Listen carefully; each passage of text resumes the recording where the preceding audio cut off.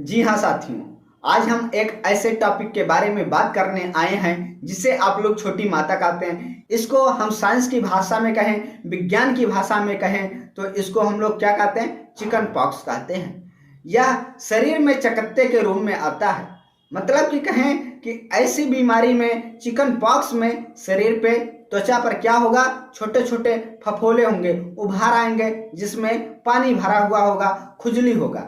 यह चकत्ते उभार, पानी से भरा हुआ खुजलाहट वाला जो उभार है, यह सबसे पहले कहाँ पर देखने को मिलेगा, सीने पर देखने को मिलेगा और पीठ पर देखने को मिलेगा, साथ ही साथ चेहरे पर भी देखने को मिलता है। इसके पश्चात यह शरीर के अन्य भागों में भी फैलता है। जैसे शरीर के कौन से वो भाग हो सकते हैं, मुंह के अंदर भी फैल सकता है, हमारे आपके आंखों के पलकों पर हो सकता है। इसके साथ साथ ही गुप्तांगों पे भी ये देखने को मिल सकता है, गुप्तांगों पे भी ये लक्षण देखने को मिल सकते हैं। अगर कारण की बात करें तो अगर हम ये कह दिए कि हाँ ये बीमारी है, आप तो कहते हैं माता जी हैं, अगर हम कहे बीमारी है तो ये कैसे, कौन सी बीमारी है, किसके कारण होती है? भाई साहब, ये जो चिकन पॉक्स बीमारी है ये वायरस जनित बीमारी है।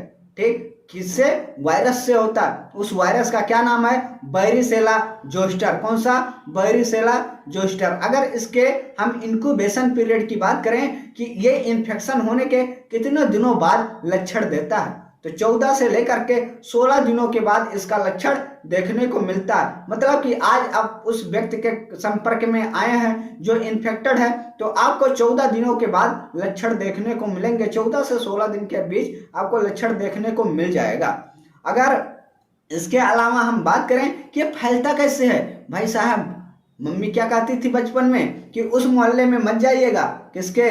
रामू के मोहल्ले में, जिसके साथ तुम खेल रहे थे। तो क्या होता था, वहां पर अगर किसी को इन्फेक्शन होता था तो मम्मी मना करती थी। उनको मोड ऑफ स्प्रेड नहीं पता था कि कैसे फैलता है, लेकिन उनको ये जरूर पता था कि उस मोहल्ले में जाएगा तो इसको क्या होगा, चिकन पॉक्स हो जाएगा, छोटी माता हो जाएंगी।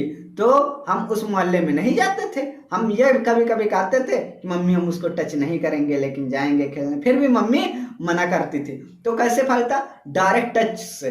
हम खेलने जाते तो उसको छूते जरूर। तो हम मान लिया जाए गए, किसी को हाथ मिलाए, गले मिले, छू लिए, तो उसके शरीर से जो वायरस है वो हमारे शरीर पे इन्फेक्शन फैल जाएगा। वो वायरस हमारे शरीर में पहुंच जाएगा और हमको इन्फेक्टेड कर देगा।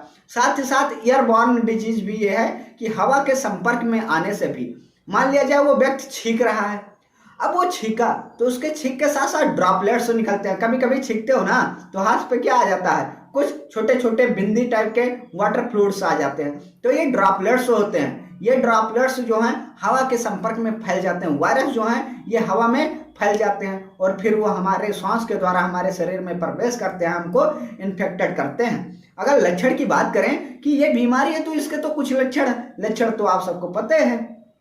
हम कुछ लक्षण बताते हैं। जैसे बुखार हो सकता है, बुखार के साथ साथ मितली आएगी।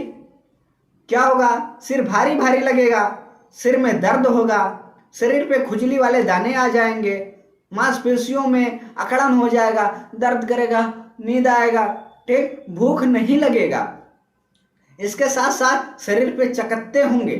ठीक, तो ये सब इसके लक्षण देखने को मिलते हैं। अगर इसकी बात करें कि हम इससे बच कैसे सकते हैं, बचाव क्या है, वैसे आप फैलने नहीं देंगे।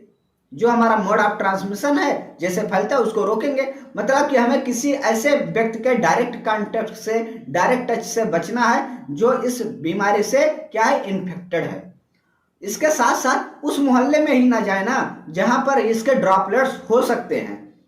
अगर उपचार की बात करें तो जनरली मुख्य रूप से देखा जाए, साधारणतः देखा जाए तो यह 1 से 2 सप्ताह के अंदर खुद ब खुद ठीक हो जाता है। इसको किसी उपचार की आवश्यकता नहीं पड़ती है। लेकिन कुछ कारणों में, जैसे अधिक बुखार हो जाना, ज्यादा दर्द होना, तो हम लक्षण के आधार पर इसका उपचार कर सकते हैं। जैसे बुखार होगा तो एस्टामिनोफेन दे सकते हैं, दर्द के लिए एस्टामिनोफेन दे सकते हैं, हम कुछ लोशन का इस्तेमाल कर सकते हैं। ठीक, तो बस इतना ही। इसके अलावा क्या कर सकते हैं बचाव के लिए? वैक्सीन सबसे जरूरी है। वैक्सीन का उपयोग करके हम किससे बच सकते हैं? चिकन पॉक्स से। चिकन पॉक्स के लिए वैक्सीन लगता है, आप लोग वैक्सीनेशन करा सकते हैं। धन्यवाद। ऐसी ही बीमारियों के बारे में जानने के लिए आप हमारे चैनल को सब्सक्राइब करें और हमें फॉलो करें। आप हमें सपोर्ट करेंगे, हम ऐसे ही कुछ टिप्स आपके लिए लाते रहेंगे जिससे आपके बच्चे, आपका परिवार बीमारियों से बचता रहेगा। धन्यवाद।